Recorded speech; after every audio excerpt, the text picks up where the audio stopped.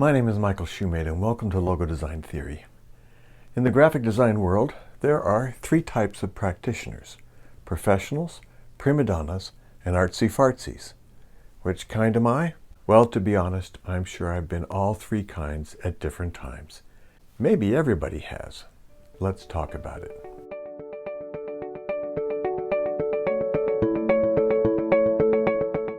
Prima donna was originally a term for the principal woman soloist in an opera production, and literally means the first lady.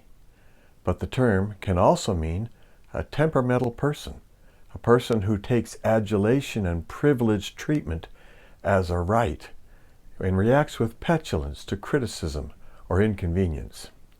Now, if we call someone a prima donna, it's an insult. It implies a person who is rude, proud, self-centered, and opportunistic. In other words, a talented brat.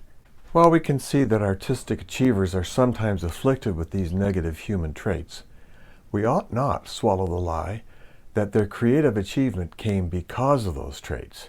It came in spite of those negative traits. In contrast, a professional has both pride and humility. Here is a simple definition of a professional: a person who can do a good job and who works in good faith for the benefit of his or her client. A professional puts client above self. He or she takes appropriate pride in putting the job first and being capable of consistent excellence. The humility is the recognition that the performer is not the center of attention, the performance is. If I go to see my dentist and he says, "How about a root canal today? You don't really need one, but I love to do them," I would consider him to be terribly unprofessional. I would never return, and I would do what I could to see that he didn't ever practice dentistry again. If I consulted with a lawyer about a simple matter, and he suggested that we launch a lawsuit when much more direct or less costly methods had not been explored, I might feel the same. Any professional I hire is supposed to act in my best interests.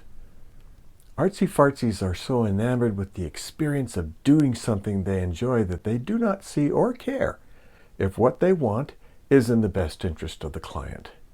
This tendency is not confined to artistic professions, as in the examples of the lawyer and dentist just mentioned.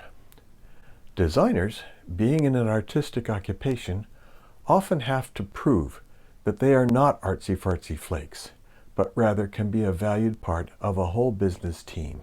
We can and should be key players that bring specialized expertise and prove that good design benefits a business. If we want to be perceived as professional, we'd better act like professionals. And so it is with corporate identity design.